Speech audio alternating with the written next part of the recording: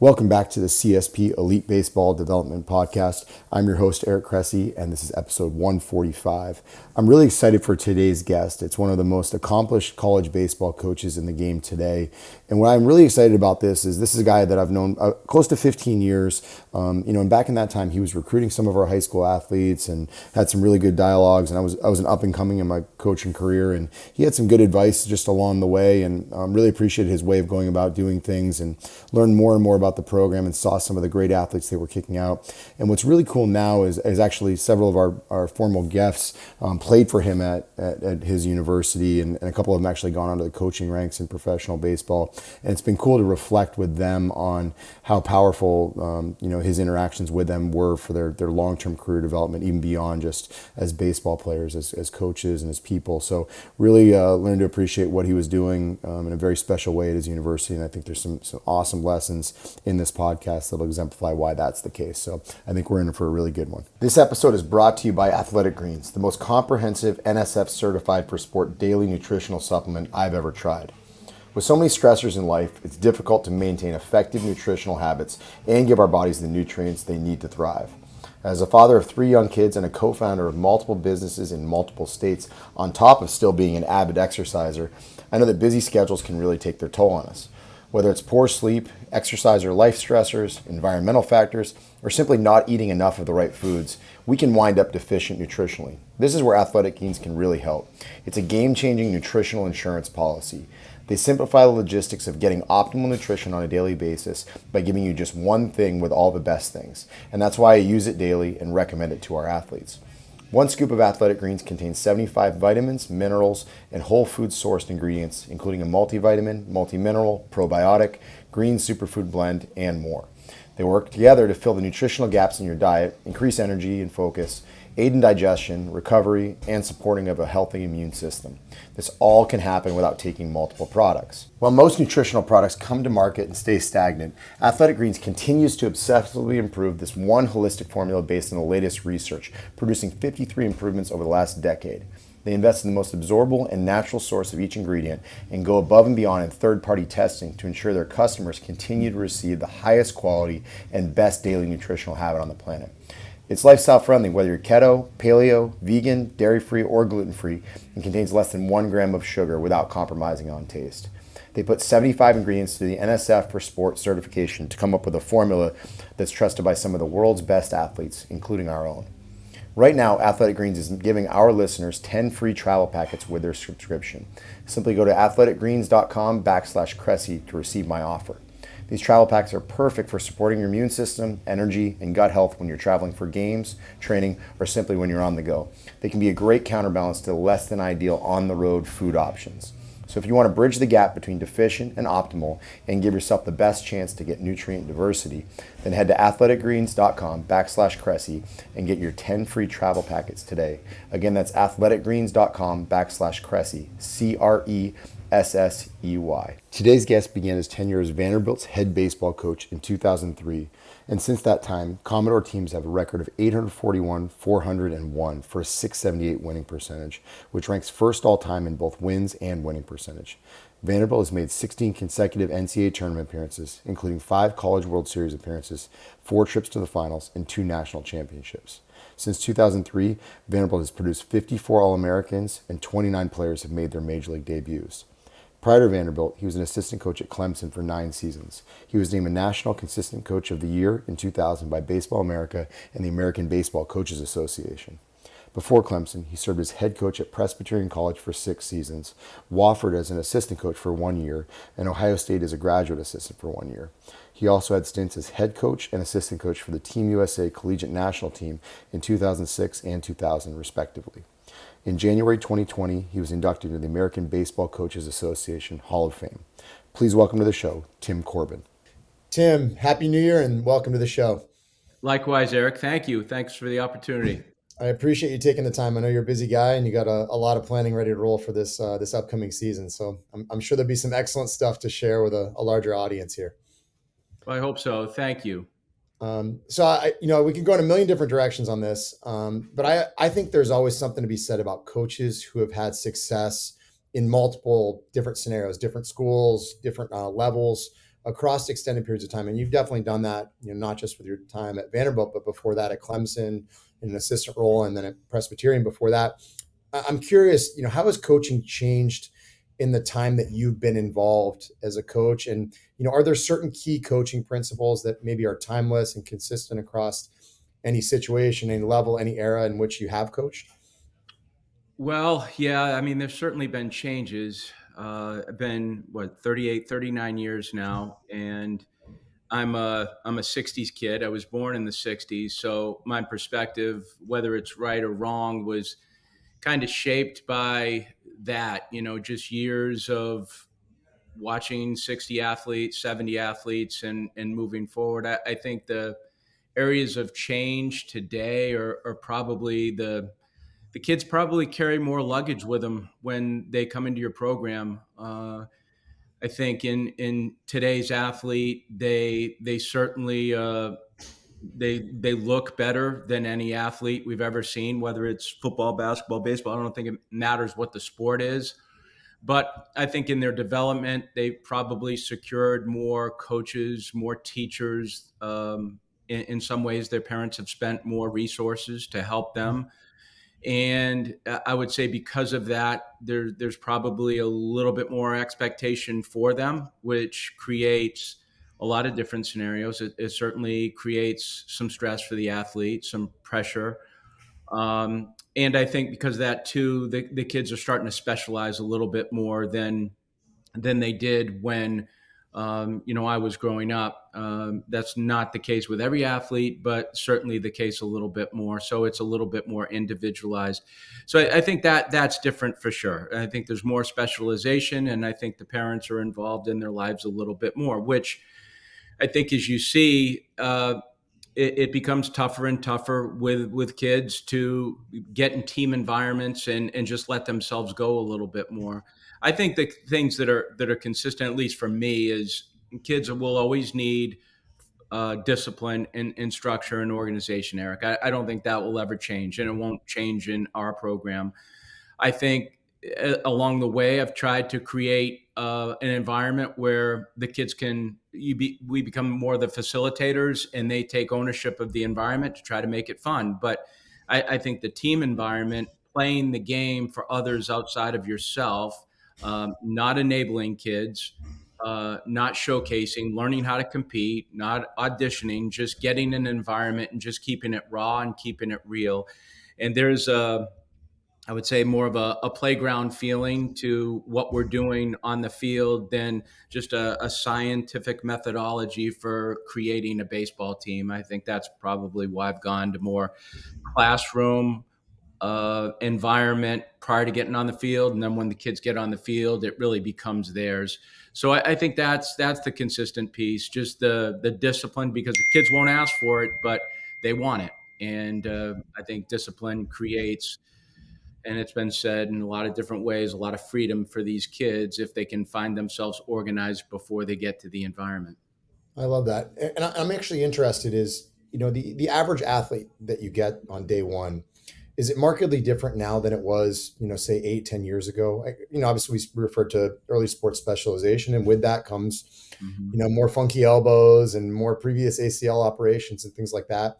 Are you getting kids that, maybe aren't even necessarily just more injured, but also is it a scenario where there's fewer fundamentals? There's more showcasing in high school ball as opposed to true developmental opportunities. Like, is it basics and putting guys back together more often than you would have thought? Yeah, I would say for sure. I would say that the skill development, the talent might be more, Mhm. the strength, the ability to hit a ball hard and further, the ability to throw a ball further and harder. All of those things are greater than we've ever seen. But how to take those resources and implement them into a team environment and play a game is less. I think that has probably much to do with, and all of this too, Eric. It's not these kids' fault. I mean, it's the environment around us. Actually, the fault comes from, if it's fault, I don't. That might not be the word either, but it's the adults ourselves, whether it's parents, coaches, and teachers. We create these environments for these kids to grow up into. So that playground mentality of just being able to do things with other kids and then just enjoy environments. You look at it this way: if you went to an elementary school, and which parents wouldn't, once they drop their child off, they just trust the teachers to run the environment. But during the day, there's a period where the kids attack the playground, and there's not parents out there watching. And you can see that there's a sense of enjoyment because kids are not strapped by anything. They're not trying to impress. You get to environments where, at least at the youthful levels, where there's more parents and there's more attention in those settings, those smiles drop quite a bit. And it's probably because kids are carrying around luggage on both hands, and that takes a lot of resource too, just to try to enjoy the environments they're in. So I think that part has certainly found its way into these environments today. But I would say that that's probably the area of why kids have changed so much, because there is so much specialization, and because kids oftentimes find themselves doing it for others outside of themselves. I think when parents and teachers can teach themselves how to release the opportunity to the kids, it becomes more of the kids, and then it becomes more of the team. And when it becomes more of the team, there's a greater emotion that's involved in the experience. And I think that's the area that we probably must improve the most. I think that sentiment's important. Is it's the kids haven't changed. It's the circumstances that govern how kids behave that's changed so dramatically. Yeah, I would say so for sure. And with every year, Eric, and you see it because you're a part of it, it seems to be more and more that way, going in that direction. Do you do you think the ship there's a way to right that ship? I mean that in I'm speaking from a position of humility because I'm not sure what the path is. Is how do we get back to a position where the game is taught more fundamentally sound, where a lot of these coaching principles that we know to be true, right? All the research shows that early sports specialization leads to higher injury rates and things like that. Do you think there's an end that's favorable in sight, or is this something that kind of can't be undone? I think it can be modified. I even use the uh, the point of our daughter. We just had a grandson, and they just Kyle and Molly were searching out schools for their 1 year old, just to help them um, during the course of the day, because they both work. And one of the stipulations of that school was, once you drop your kid off, you can never enter the school, and only to pick them up. And I thought, if you could create an athletic environment where you just drop your child off, and the only people present were the people that were officiating the environment and the coaches themselves, and that was it, how much more instructive would that environment be for the kids? How much more fun would that environment be for the kids? Because you feel like the stimulus and the addition of more adults only gets in the way of what is trying to be created inside that environment, whether it's learning, whether you're turning off the scoreboard, whether you're just trying to play competition against an opponent and trying to learn how to play a game. Those are the areas right there that I think we could benefit from, if we were able to challenge ourselves enough to say, okay, I'm just going to drop off my child and let them be. I think that starting there would create more of a more fundamental growth. But I'd say, just at the basic level, just an opportunity for kids to make more gains and more happiness in that sport. It's a great point. I recently read a book. It's a couple years older. It's Every Moment Matters by John O'Sullivan, who's involved with the Positive Coaching Alliance, and he's Mhm. heavy in the soccer community. He talked about every time the U.S. Women's National Team has won the World Cup, there's a surge in participation in female youth soccer, and he talked about how coaches kill it because what they do is they over drill kids. They take the fun out of it. And he really emphasized this concept of practices being structured as whole part whole. kids fall in love with the gameplay. So you effectively have to rope them in with the free pay that they normally would have gotten on a playground by themselves when there weren't so many parents involved, and then you use it as a kind of an avenue through which you can teach the skill work, and then basically finish with the whole at the end. And I've seen it, and I have 8-year-old daughters, and you're right, the practices can be, they can almost be too technical, and they can take the fun out of it. And the last thing we want to do is lose kids at a really young age. So I think the point of like getting parents out of the way and letting them play is really, really important. Yeah, I believe so too.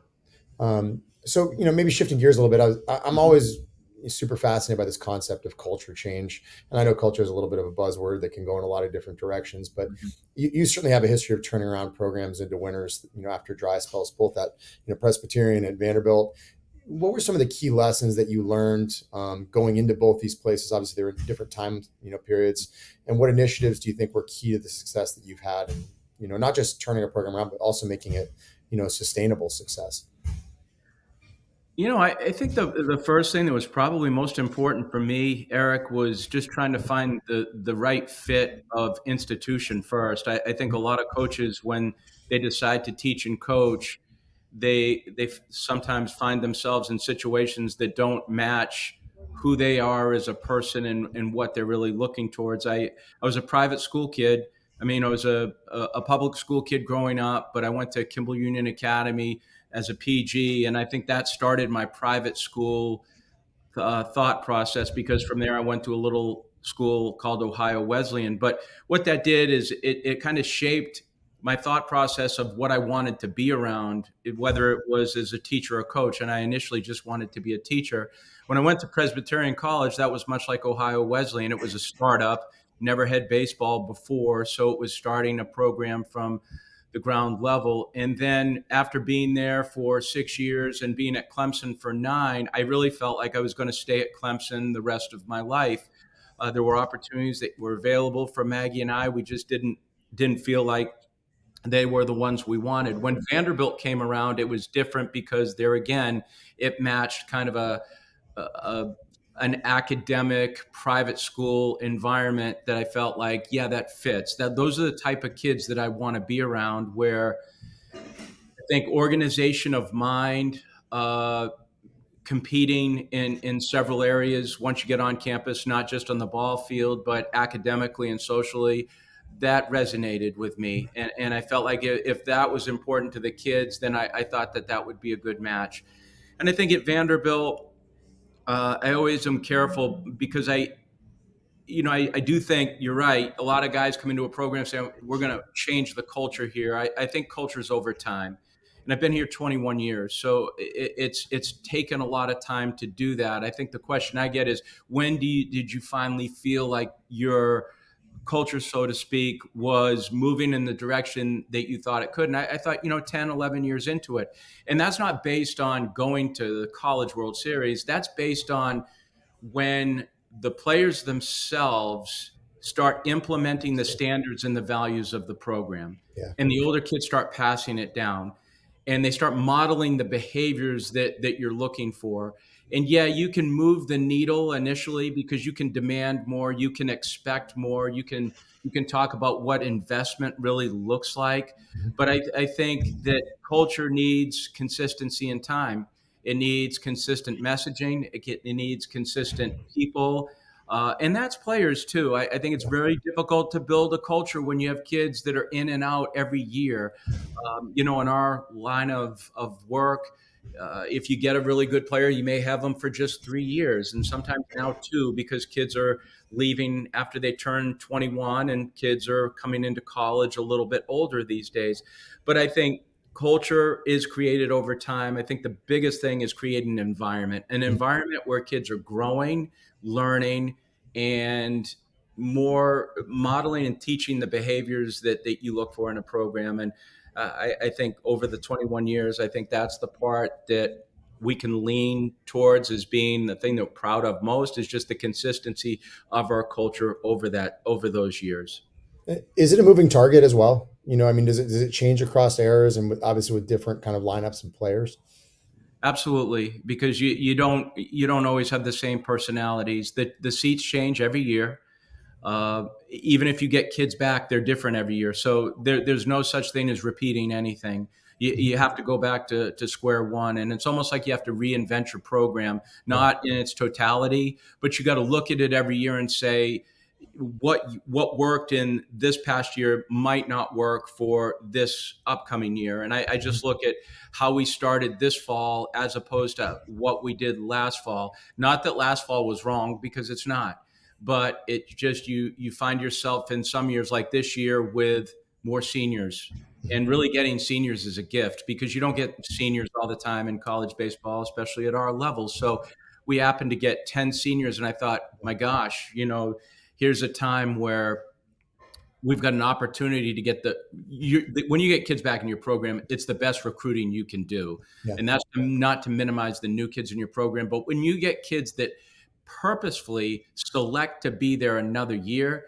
that is a gift for a program. And I think you take advantage of that gift, but you also take advantage of it by modifying and reinventing the program for them as a gift to them, as saying, okay, we're going to do things in a little bit different manner because now, because of your growth inside this program 4 years, you get the opportunity to run this program. Here's the keys. You move with it. Now you walk alongside of them, but at the same time, we don't have to walk in front of them because they've been exposed to experiences that some of the younger kids have never been exposed to. I love that point. There was actually, and it made me think of Mike Yastrzemski after his junior year. Mike took the summer off from baseball. It's probably the first summer he hasn't played. He fished and he worked out at our facility. And I remember he was deciding whether to sign or not. And he ultimately wound up going back to Vanderbilt for his senior year. And I think so often we get caught up in this world of exit velocities and sprint speeds and the actual numbers on the field. But how many teammates did Mike Yastrzemski favorably impact in that senior year at Vanderbilt that had a trickle down effect, and they ultimately won a national championship like the year after he left, right?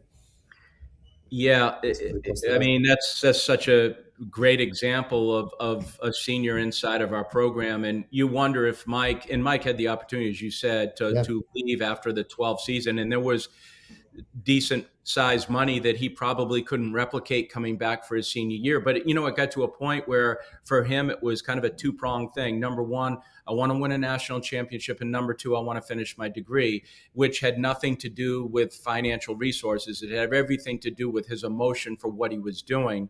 Because he had that emotion, he was also gifted more time and energy inside of a program, which made him better. Does he end up as a big league player if he leaves after 12? Well, no one will ever know that. But you understand that also he wasn't in such a rush to get from point A to point B. He also understood, and maybe this is because he did have a grandfather that was a Hall of Fame player. He understood that time really is his greatest Yeah. resource, and if he can use that to better himself also mentally from a leadership standpoint, then he's going to help himself long term, whether it's in baseball or whether it's beyond baseball. And knowing Mike now because he lives here in town and getting to see quite a bit of him, he's just such a wonderful story of what that looks like. And we have him speak to our group or recruits every time he has the opportunity to do so. I love it. So I'm interesting little side of this. So I think it was probably 2010. Our Mhm. facility was brand new. And I remember you were up, I think, for the holidays in Massachusetts. Yeah. And I think I actually picked you up and we rode out from the city to see the Yep. facility. It was when I think Tyler Beatty he was probably his senior year winter. And I remember you came out, and there were a couple things that stood out for me. First off, is that you were completely locked in on the training guys were doing. You were asking about new pieces of equipment. So it was like a perfect example of like growth mindset. Like we weren't anything at that point. We were very new. We were a bunch of rust and barbells and a little bit of energy in Metro West Massachusetts. So I was flattered that you even took the time. But on that car ride out, you asked me, you said, Cress, who's your toughest guy? And I'll never forget you asking that because it made me start to think a little bit different. Like, what are college coaches actually looking for in players? Obviously, there's talent, but what are those qualities? What are the things that that you can hang your hat on in a high school player, kind of regardless of what the era in which they're operating is? Yeah, I think toughness is one of them. I think, and I'm not talking about getting in a ring and Yeah. and fighting. I'm talking about someone that is has the ability to bounce back. And I think mental toughness is a huge component of any athlete, especially right now. It's that person that they're resilient. They can help their team. They don't get knocked down very easily. So I think that's a huge component and tougher to find as well. I'd say a teachable spirit. I just think there's kids out there that come into situations, and because of them may have because of them growing so fast and being as good as they were maybe at a young age, they were probably in some ways, and this wasn't always intentional, probably deemed not touchable by a coach. So they probably were left alone. And what ends up happening is a young person feels like, okay, well, I know this. When in essence, you, me, anyone, this is a learning experience for all of us. And I think a teachable spirit just is a kid that when you look at them, they take constructive criticism as a compliment. They look at it as saying, this coach cares enough about me to help me along. And the thing about teachable spirit too for a coach is you always want to help that kid, not to a point where you overspeak, but you just know he's always there because he's very curious, he's hungry for information, and he just wants to get better. I think hungry for competition too. I look at kids nowadays and kids who want to compete, you can tell. And I'm not saying they're always because they've played other sports, but you see whether it's Mike Yastrzemski, who played other sports in high school, kids who play, whether it's hockey, football, tennis, another sport, they're team guys. They play those things because of the emotion that it brings them. And they're hungry to compete. They're hungry to win and lose. And you like that. I think another piece that when we're looking at kids is really someone that can disengage from their parents and make this their opportunity. I think when you learn to love your parents more but depend on them less, I think that's a trait that a kid says, I love my parents so much because what they did is they created a foundation of standards and values for me and then just kind of made my trek mine after that. It was like, we're here if you need us, but we're just going to watch from afar. And I think when you can bring a kid into your office.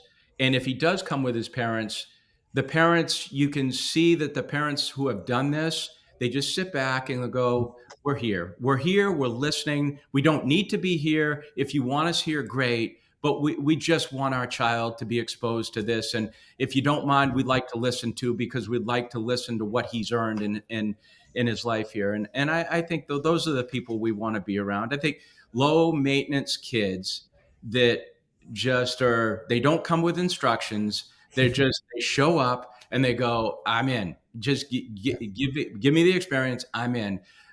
You can't get enough of those kids because you get enough of those kids, it wants you to keep on coaching, Cress. Yeah. And you get those kids are on the other side. It makes you start looking at when's my retirement. And you don't do that. I want to coach the rest of my life, but you want to coach those kids that don't come with a lot of instructions. Well, the parent dynamic is an important one because effectively, when a kid moves to Nashville from Ohio, wherever it is, it's a brand new geography. It's a totally different social circumstance. It's literally hundreds of new friends. Like if you're competing for a parent's attention when it actually comes time to talk baseball, that's a huge red flag. It's effectively static as you're trying to coach. So, Right. so maybe that's a good segue into kind of the conversations of like the college recruiting picture is, first off, let's talk about the sheer volume of, players who are interested in being at Vanderbilt. Obviously it's a school that's had a ton of success. It's a high academic institution. It's very coveted.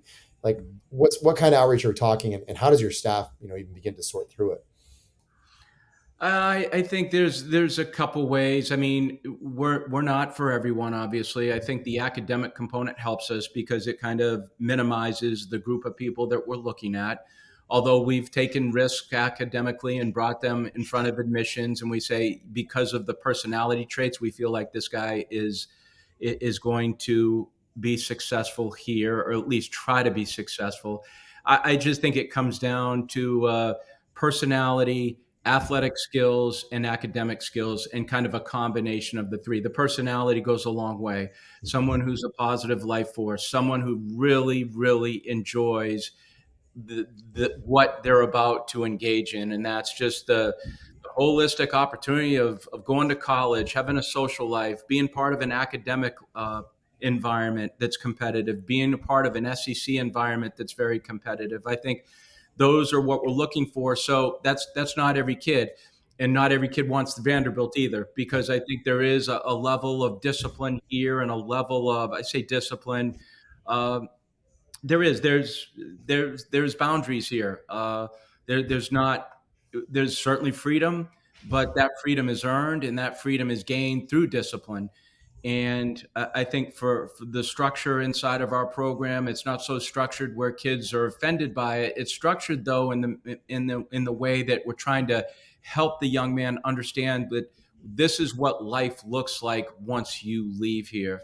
That waking up at 8 in the morning, you will have already had to thought through what is about to happen after 8 o'clock, not at 8 o'clock. So I think it's teaching them the structure and the choices and decisions. How do you find those kids? I think just getting around them as much as you possibly can, whether it's our camps, whether it's asking real intentional questions of like when I asked you, it's like you gain a lot from people like Eric Cressey that aren't necessarily coaching that kid every day, but see a kid like Tyler Beatty or Adam Ravenel in environments where you can take back, say, yeah, Corbs, this kid will fit. He'll fit. And here's why. And give you just good information on why you think that kid will fit in those environments. And those two kids did. And I remember you talking about both kids in unique ways that sometimes coaches don't talk about them, because coaches like myself, you want to protect your kids, but at the same time, as I tell our kids, that when you speak to someone else, whether it's a general manager, a scouting director, an evaluator about a kid, you're going to tell them the things that stand out the most. If those things don't stand out, you're just not going to talk. And I think when those words aren't spoken, then basically you have your answers. When words are spoken, then you have your answers too, because you know that coach wouldn't say those things unless he was really invested in that young man, because he's certainly not going to put himself in a poor position. So I think that when we're looking for that kid, we try to be as good detectives. We try to seek out the best questions we can to get the answers that we're looking for. It seems like very often, and I don't want to put words in your mouth, is a successful school like this, it's not that the players find you anymore. Like they don't reach out and win you over with an email and a recruiting video. More often than not, at this level, it's happening through relationships. You're aware of players because the talent level is so high at a program in the SEC like that. Yeah, that's right. And I think the kid, I think it's 60% of our roster we've seen in our camp before. I think that not every kid that comes to camp that wants to be at Vanderbilt is, and that I get that, because I was that kid. If I came to Vanderbilt, I wouldn't have ended up at Vanderbilt. But my intention would be, I'm going to put myself in front of them because I want to go there. And that's tough too. But at least I think a lot of a kid that says, we have a kid named, well, I won't go say his name, but this kid could not afford to come to camp. His mother, as a gift to him, took on another job just to send him to camp. And the kid now is at Vanderbilt because of that. And he only went to one camp. He had choice of one camp, and he put himself here. If he doesn't do that, I don't know if that kid ever ends up here. And he's one of our better players. But I think it's just the courage of a kid to say, I want them to see me. I want them to know who I am. I want them to know what my personality is. And more importantly, I want them to know that I want to be there. Yeah. And I think if you want something, you go for it. It's all hands in. So I think that's the most important piece. I love that. Actually, distinctly remember another situation where a kid came to your camp. He was very raw. He wasn't ready for Vanderbilt. And Scott Brown actually called me. He was from the Northeast and said, this kid's special. You can help him. And sure enough, he went on, had a great career at St. John's. And actually, Scott actually even called Corbin at the time to kind of put him on his radar. So there's something he said about, even if it's not your school, they'll often help you find a school that is the right fit for you. Maybe on the other end of the spectrum, like, what are some of the biggest mistakes that high school players or parents are making in their outreach? Do you have certain pet peeves that are tops in your recruiting world? Well, I think it goes back to just not releasing that opportunity to them. I think when parents take over in games and competition in camp, that's when it becomes difficult for the kids themselves. I think that, and listen, parenting a child in this day and age is not easy, because I think a lot of times you are looking to your left and you are looking to your right. And you're looking to see what your neighbors are doing, but I think your kid can tell you a lot about what they want to do based on their efforts and what they're talking about in the home. And if it's something that's important to them, then I think what the parent does is they try to guide them with as much as they possibly can without getting in the way of their child. Uh, Whether it's just sending them to a team, or whether part of a team, or it's that child's race. It's no one else's race. It's that child's race, and just to be able to hand that off to them and release it to them is the most important thing that the parent can do for a kid. Guide them as best they possibly can, help them where they need help, but then once they jump into that environment, let them go. I think that's great. What about the complexities? Vanderbilt's obviously a high academic program. Mhm. I remember you talked about both Ty and Adam. Back in I think that was the 2011 high school class. Like those guys, they got smacked in the face their first semester. It wasn't easy. It was something. No matter how hard they worked in high school, it was eye opening. I remember both of them coming back at Thanksgiving break, telling me how hard astronomy was. That it blew their mind. They thought it was going to be the one class they could get by with, and it challenged them. So I'm curious, what are some of the complexities that young players who want to be student athletes at a high academic institution like that really need to keep in mind during both the application process and in actually preparing to go there? The complexities, it just generally speaking, is it's intense. It's an intense school. It's an intense program. Is intense a negative thing? It's not. It just means time intense. It's the the first thing that I do in our first meeting in our classroom. It probably lasts an hour and a half. I don't bring up the word baseball one time, but I talk about the 24-hour clock for a half hour. I break it down almost at nauseum on what it looks like. And that's sometimes the first time anyone's ever been exposed to really looking at how to manage a 24-hour day, and actually what does it look like and what goes into it. And it is choices and decisions, and it is being organized, and it is being disciplined, but it's actually being very intentional to what you're about to do. And that sometimes won't hit home or inside the heart for months. It could take 6 months, it could take 12 months, it could take a couple years, and has. But at some point in time, it will kick in. And when it does kick in, you watch a guy flourish on the field because he's gained control about the art of how to show up, about how to get into an environment and actually be there, be present. But the only way you can be present is if you're organized enough to remove everything that you were supposed to do and get that done first before you did show up, and have a plan on how you're going to show up and what it's going to look like. That takes time. I would say maturity is the area that is most attackable for a teacher like myself when kids come in.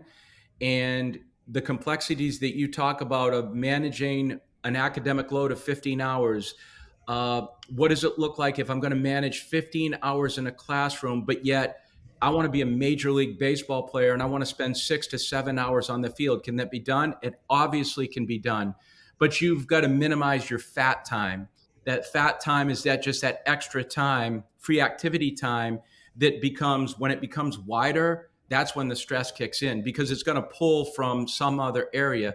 When you minimize fat time and say, okay, I know what I'm going to eat, I know how I'm going to eat, I know how much sleep I'm going to get, because sleep and my nutrition, those are my steroids. If I manage those really well, I'm really got a chance to take advantage of every facet of the academic athletic life here. And I think when you look at all these big leaguers that have come from Vanderbilt, those are the areas that they've gained control of. Dansby Swanson did not fly by the seat of his pants. Walker Buehler did not fly by the seat of his pants. There's any athlete, whether it's Kumar Rock or Jack Leiter, they had organization and structure coming in here, and that's why they're going to flourish as potential big league players, is because they gained that first. When you don't gain that, you don't master the art of showing up. And master the art of showing up is doing everything before you show up in order to gain entry into that space and control that space to where you gain self-esteem and confidence. We interrupt this episode with a quick reminder that this podcast is brought to you by Athletic Greens. It's an NSF certified all-in-one superfood supplement with 75 whole food sourced ingredients designed to support your body's nutritional needs. I use this product daily, and a ton of our athletes do as well. Head to athleticgreens.com/Cressey and claim my special offer today for 10 free travel packs with your first purchase. I'd encourage you to give it a shot too, especially because of this great offer and because it gives you peace of mind knowing that you're covering all your nutritional bases. Again, that's athleticgreens.com/Cressey, Cressey, to get that special offer. I'm actually curious. Nick Saban years ago, and I actually asked this of Butch Thompson a while back. Saban said that he sometimes had to unrecruit players that arrived on campus. I remember you challenging returning players in unique ways after you guys won your national championship in 2014. What are some strategies that you've employed to keep players locked into that developmental process? When they're constantly being tempted by noises that maybe push them away. So the constant courtship process, or people celebrating them on social media. Like we talked about earlier, there's just a lot of noise that can distract players. How do you effectively keep them humble? Is it an accountability of the team? Is it something else? Well, I think the first thing today is you remove the phone. Before you come into the facility, the phone is not a piece of the facility. I think first off is understanding how to develop a relationship, and you cannot develop a relationship through a keyboard and a phone. So I think humanistic relationships are number one. I think number two is just challenging the kids every single year. I mean, I think you challenge kids by how you recruit, and it's not over recruiting, but it's recruiting in a way that continually puts competition inside the environment, because our kids are renting positions. I mean, just because you had a position yesterday doesn't mean you'll have that position today. You're always renting a position. And I've shared many stories with our kids about actual players who are freshman All-Americans their first year that got beat out in their second year. And I think a lot of times what happens with all of us is, I think, understanding as a player and as a team of how to recover when you win. How do you recover when things have gone well? Just to, okay, that's in the drawer now. Now I'm going to center myself and move to the next stage of what I'm supposed to do.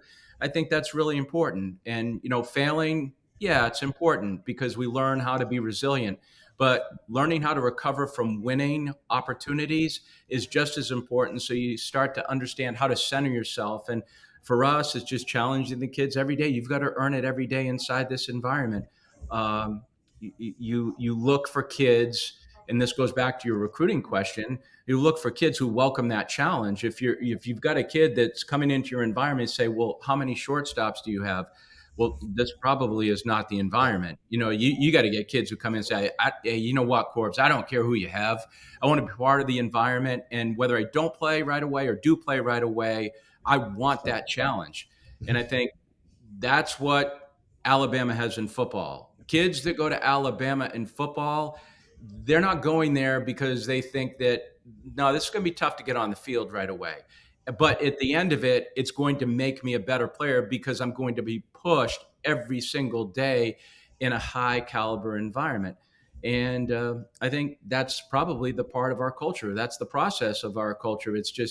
It's being challenged every day in an environment where just because you had something yesterday doesn't mean you're going to own it tomorrow. It's so fascinating that you say that, because there's an interesting parallel in professional baseball, and it's we're having this conversation in January. We're probably 4 months out from advisors telling players, like, go to that organization. They have a weak system. You'll move fast. It's the absolute worst methodology you could ever employ, because in many cases the system is weak because it's not a good developmental organization. But even beyond that, you want competition, especially because most players aren't necessarily going to go. I mean, Dansby Swanson didn't go to the big leagues with the team that drafted him. Very few players do. So I always say, try to find the absolute best developmental opportunity. And that's not just who's got the best drills, who's got the best facilities. It's who's going to actually challenge you to be better tomorrow than you were today. So I love those principles. Maybe in that mindset of development, maybe speak to a little bit of a roadmap for, say you've got a 15-year-old or, who is a pretty good player that would like to be an athlete at Vanderbilt. Like, what steps do you think at that age, 15 to 18, are important for him to take to set himself up for being, successful in the SEC? Uh, well, I think is investment level number one. I think if you really want something, you have to put time and energy inside that time into it. I mean, I think kids that end up at the SEC level are very focused and very passionate about getting here. Now, that can change sometimes, Eric, when kids get that opportunity, maybe at the age of 14, because they may lose their hunger along the way. But I think the players that I've seen that have evolved and grown the most are the kids that have committed to us at 16, 17, and their hunger has never waned. I mean, whatever they wanted, their passion for it just got stronger and stronger by the time they got here and after they came here. But I think if you're 15 years of age and you're wanting something like this, I think number one, it's the curiosity of the kid to ask those questions of players that are there right now, to see what they're doing, and start to understand that it's not a race to get to where you want to go, but it's more about what are you doing right now in order to get what you want down the road. And I think it's putting yourself in the right situations, whether it's uh, good teams that you're going to play with, and I say teams, not events. It's surrounding yourself with like-minded people like yourself that are doing those things on those off times, and how you're spending that extra time on your body and on your mind and what you're ingesting, not just in your mouth, but in your brain. And I think it's also, if you're 15 years of age, and going back to what we were talking about just a few minutes ago, is putting yourself on campus and putting yourself in front of people in a camp scenario where you can be seen. I think that matters. That matters a lot. As I said, 60% of our kids showed up on campus, whether it was their freshman year or sophomore year. We didn't necessarily maybe commit them right away at that time, but I can tell you, if we didn't commit them, we took a lot of time and energy to continue to watch them develop, and they ended up on our campus. But basically, what I think that does is, again, from a kid's perspective, is it just shows the university is, this kid wants to be here. He showed up here. He showed up a second time. There's something to be said about that, and we've had good success with that. That's great feedback. Maybe shifting gears a little bit. We have a lot of players, parents that listen to this podcast, but also there are tons of coaches out there that are listening to try to get better at their jobs. Like you mentioned earlier, you're 38 years into this, and from what I know of you, you're a continuous improvement guy. You're always trying to find ways to be better now than you were last year.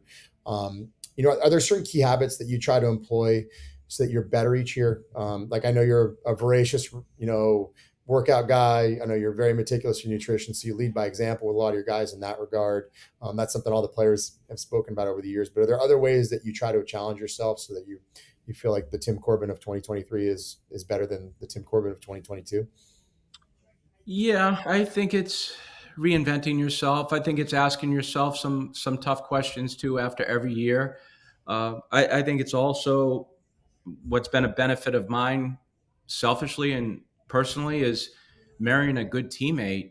I think it's marrying someone that is able to ask those tough questions as well, and able to challenge your mind, and able to challenge your thought processes on what you do.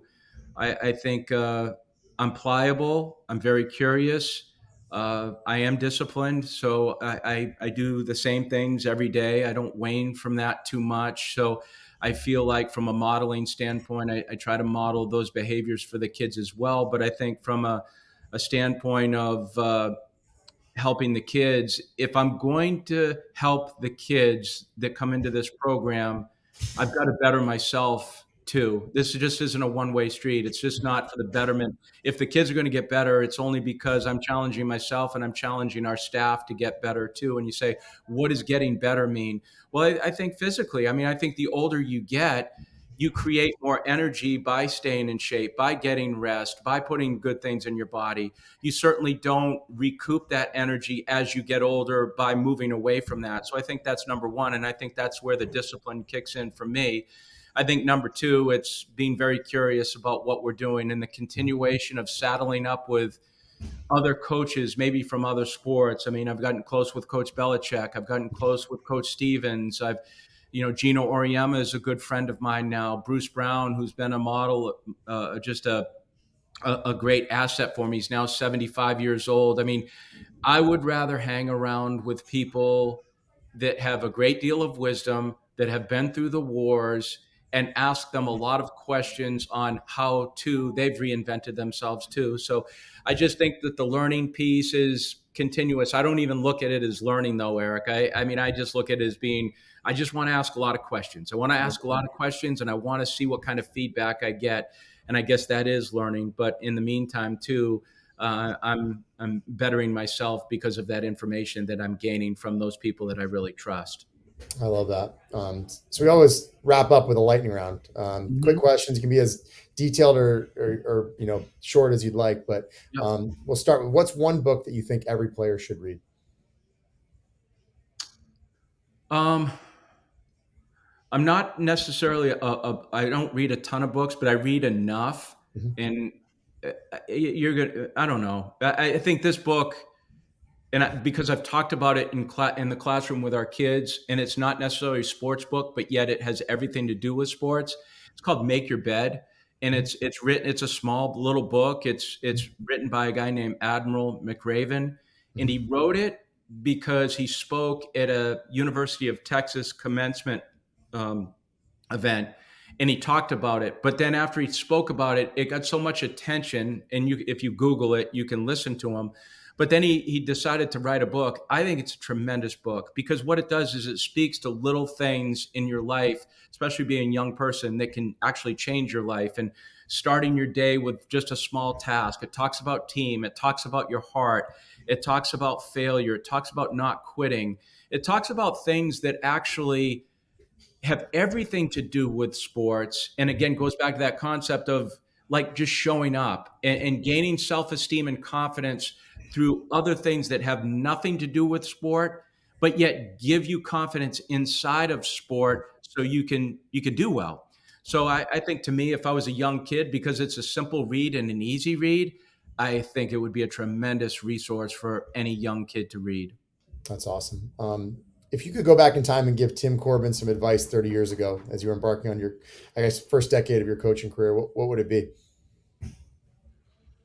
I just think patience. I think what I've learned along the way is just putting so much mental energy into winning and losing, Mhm. and just kind of restructuring my thought process along the way of, is that important? Of course, it's why we play sports. But at the same time, when that's all you're focused on, it can be so damning to yourself, number one. And if it's damning to yourself, then you certainly are not modeling what you want for your kids. And I think what I did started to do later with time is put so much more importance on character development of the kids. I thought that's when our program started to change a little bit more for the better. Not that we put less emphasis on competition and winning, not at all.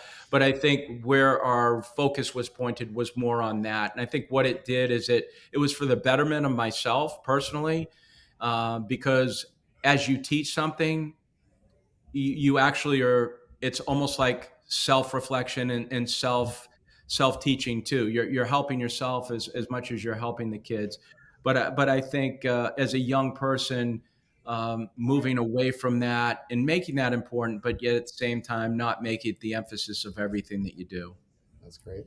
I'd written down favorite coaching memory, but I feel Mhm. like you would have a very hard time picking amongst a lot of them. So feel free to answer, or you could even say the most teachable moment from your coaching career. Like, is there something that it basically helped you the most, to learn and move forward? Uh, well, I think losing always gives you a great laboratory to teach a lot of different things. maybe not right after the moment, but maybe the next day. So I've always felt like I've been able to take more advantages of those opportunities. Um, I think the thing about teaching and coaching is there's a lot of joy and there's a lot of heartache. It really is. And I mean that humanistically too. I mean, we've lost players. Our program has really we've had to get through tough stretches because of just losing players. In 2016, we lost a player. 2012, we lost a player. I mean, those things never go away. Did they strengthen the program? Yeah, in a different way, but they certainly leave a scar that can never be covered up. But I think the memories that we gain. I don't mean to be hokey. Is Worth Scott's home run in 2003 when we beat Tennessee to go to the SEC tournament for the first time in 15 years. That was kind of a leapfrog moment um, for us. I would say the best memories that I have personally are watching kids leave this program, get married, have kids, and then when we talk more about their kids than we talk about baseball. We went to Dansby Swanson's wedding a few weeks ago, and on Friday night, Eric, he had a party for everyone that was coming, which I think was a great idea because it wasn't a rehearsal dinner. He just wanted to include everyone that made the trip. Mhm. Maggie and I were thinking about not going. We are thinking about getting there, just going to bed. And then thank God we went, Mhm. because when we went, we sat in a corner or stood in a corner with like 15 different players for 3 hours. And Yep. all we talked about were stories. We Mhm. didn't talk about winning a game one time. No one talked about a score. No one talked about a national championship. It was everything but. And Mhm. I just thought to myself, that's why you do it. That's why you do it right there, because it left an emotion with them that they wanted to recreate and re-talk about. And I think that if you're talking about memories, those are the memories that I think that make Maggie and I go back to our room after that and said, this is why we're doing it. This is exactly why we're doing it. That's the gift. Those are the paychecks that don't come in the form of money. That's awesome. Last question, maybe the most important one. We have a lot of kids and parents who listen to this podcast together, on the way to practice or a game. If you give one bit of advice to both the kids and the parents, what would it be?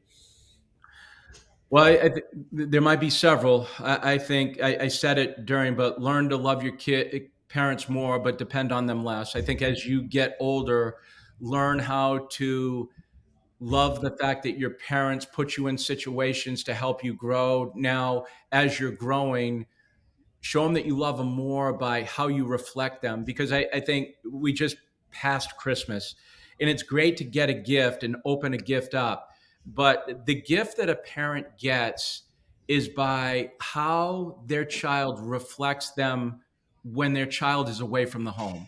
I think that's the greatest gift that you can give your parents. And really, we don't have any rules at Vanderbilt, and if there was one, it would just be, don't do anything that would embarrass your parents. What doesn't that cover? It covers everything.